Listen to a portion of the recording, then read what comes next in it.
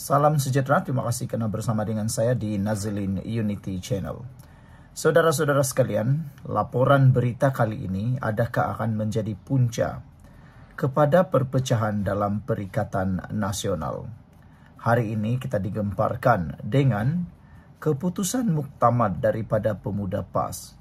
Baru-baru ini Parti Bersatu sendiri menyatakan calon Perdana Menteri mereka. Rentetan daripada cadangan calon Perdana Menteri daripada Parti Bersatu mendapat perhatian hangat daripada pemimpin-pemimpin PAS. Mereka kurang setuju dengan tindakan Bersatu mencadangkan Muhyiddin sebagai calon tunggal Perdana Menteri daripada Bersatu. Tindakan itu menimbulkan pelbagai polemik. Ada yang sudah dapat melihat bahawa Perikatan Nasional bukanlah satu gabungan yang kukuh, apalagi untuk memerintah. Dapat dibayangkan kalau kata para netizen, para pengulas politik, kalau mereka dapat jadi kerajaan nanti, kerajaan yang dapat dicipta adalah kerajaan yang tidak stabil. Kerana mereka mempunyai pelbagai agenda tumbang-menumbang atau perebutan kuasa. Muhyiddin dinamakan sebagai calon Perdana Menteri Bersatu, manakala kini PAS pula telah pun menampilkan calon Perdana Menteri mereka sendiri. Pemuda Parti PAS akhirnya menamakan calon Perdana Menteri daripada PAS, Tuan Ibrahim sebagai pilihan pertama calon Perdana Menteri, dan Sanusi pula boleh juga dinamakan kata Afnan. Tindakan menamakan calon-calon Perdana Menteri ini dijangka akan lebih memanaskan dan melonggarkan lagi gabungan Perikatan Nasional. Pemuda PAS hari ini mencadangkan timbalan Presiden Tuan Ibrahim Tuan Man sebagai Presiden sebagai pilihan utama untuk menjadi calon Perdana Menteri Perikatan Nasional. Yang menjadi tanda tanya daripada netizen ialah kebiasaan kalinya calon Perdana Menteri adalah daripada Presiden Parti sendiri. Tapi pernah berlaku apabila Ismail Sabri Yaakob menjadi Perdana Menteri Malaysia walaupun dia bukan Presiden Parti UMNO. Tapi sudah dapat kita lihat betapa apa yang berlaku. Ismail Sabri Yaakob boleh dilihat kurang dapat bersuara kerana ada lagi hierarki yang lebih tinggi daripadanya di dalam parti. Nak buat keputusan kena dengar daripada Presiden sendiri. Jadi, kalau itu yang berlaku, tentulah menarik perhatian kita. Hadiah wang Presiden lebih tinggi daripada Tuan Ibrahim Tuan Man. Bagaimana Tuan Ibrahim Tuan Man nak mengambil keputusan melibatkan satu-satu perkara mengikut parti. Sebelum itu, izinkan dulu saya kongsikan dengan anda semua. Ini terapi imun Transfer Factor for Life. Terapi imun yang meningkatkan daya imun badan kita sehingga 400%. Secara umum dan ringkasnya, apabila imun badan kita lemah, apabila imun badan kita bodoh, apabila imun badan kita tidak bertindak lagi dengan kuat dan seimbang, kita kena penyakit dan tidak sembuh daripada semua jenis penyakit. Tetapi terapi imun ini mendidik, mengajar dan menguatkan imun badan kita supaya imun badan kita jadi bijaksana dan kuat lalu menyembuhkan kita daripada semua jenis penyakit. Cepat dapatkan produk ini melalui nombor telefon saya yang tertera. Produk ini lulus KKM halal dan diperakui oleh doktor-doktor di seluruh dunia. Mungkin ini adalah jawapan kepada doa anda selama ini. Pemuda PAS hari ini mencadangkan timbalan Presiden Tuan Ibrahim Tuan Man sebagai pilihan utama untuk menjadi calon Menteri Perdana Menteri mereka. Bercakap kepada wartawan selepas muktamar kali ke-66, sayap itu di Kedah, ketuanya Afnan Hamimi Taib Azamuddin turut mengemukakan beberapa nama lain yang diyakini memiliki potensi untuk memimpin Perikatan Nasional dan negara. Antaranya, kata beliau, Menteri Besar Kedah Sanusi Maknor yang juga pengarah pilihan raya PN. Yang pertama, saya nak cadangkan macam yang disebut sebelum ini. Kita timbalan Presiden, kita ada Presiden Abdul Hadi Awang. Tapi kalau ikut kecergasan kesihatan, mungkin timbalan Presiden lah, katanya. Presiden pun dah banyak kali sebut dia tak nak jadi Perdana Menteri sebab dia nak memberi ruang kepada orang lain untuk yang lebih bertenaga, kata Afnan. Sebelum ini, Abdul Hadi, 77 tahun yang juga ahli Parlimen Marang, beberapa kali dilaporkan menerima rawatan di hospital. Sekian dulu untuk kali ini. Jangan lupa tinggalkan komen anda. Bye-bye. Salam sejahtera. Terima kasih kerana bersama dengan saya di Nazilin Unity Channel.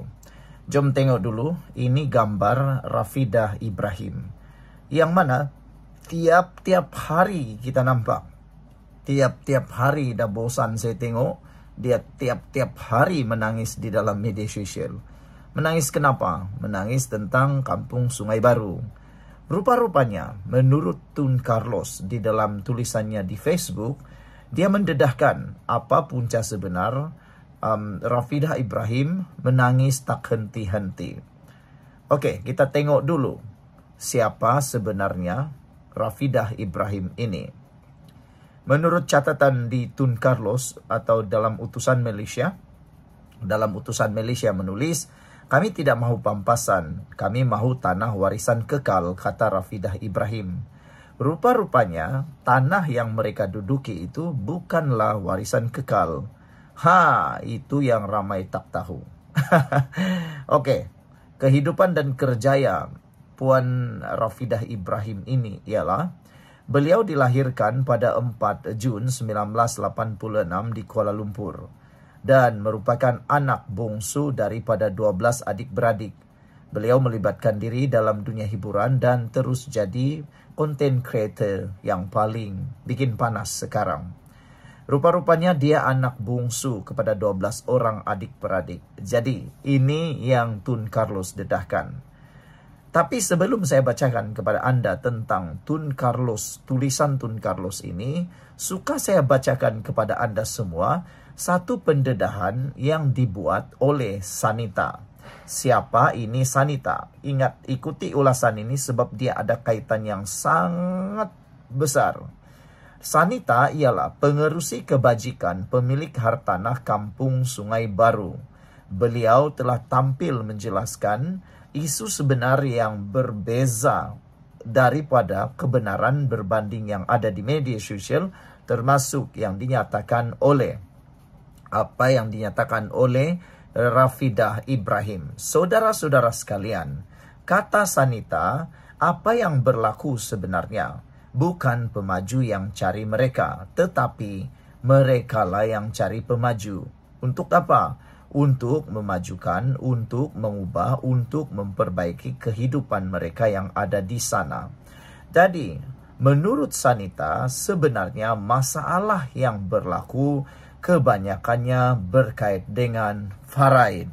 Menurut Sanita, apa yang berlaku ialah sebenarnya lebih kepada isu pembahagian faraid. Menyentuh mengenai penentangan yang masih berlarutan, Sanita mendedahkan ia hanya melibatkan segelintir kecil penduduk, khususnya pemilik rumah flat yang berdepan dengan isu pembahagian faraid.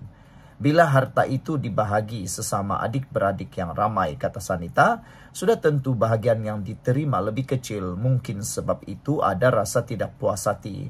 Tetapi jangan pula perkara ini diputar belit seolah-olah keseluruhan projek ini menindas penduduk lain yang sememangnya mahukan pembangunan ini, kata Sanita. Jadi, itulah kaitannya dengan Rafidah Ibrahim. Rafidah Ibrahim ada 12 orang adik-beradik dan dia pula kebetulan bungsu. Apa yang jadi kepada dia? Dia rugilah. Macam tu patutlah dia nangis, kata Tun Carlos. Tapi sebelum itu, izinkan dulu saya kongsikan dengan anda semua. Ini terapi imun Transofector for Life. Terapi imun yang meningkatkan daya imun badan kita sehingga 400% secara umum dan ringkasnya. Apabila imun badan kita lemah, apabila imun badan kita bodoh, apabila imun badan kita tidak seimbang, kita kena penyakit dan tidak sembuh daripada semua jenis penyakit. Terapi imun ini mengajar imun badan kita menjadi bijaksana, kuat, dan seimbang. Apabila imun badan kita kuat, bijaksana, dan seimbang, imun badan kita itulah yang akan menghapuskan akar penyakit yang ada dalam tubuh badan kita. Akar penyakit yang mula berkembang dalam tubuh badan kita dihapuskan oleh imun badan kita sendiri. Produk ini lulus KKM, halal dan diperakui oleh dokter-dokter di seluruh dunia. Saudara, mungkin ini adalah jawaban kepada doa Anda selama ini untuk lepas bebas daripada masalah kesihatan Anda.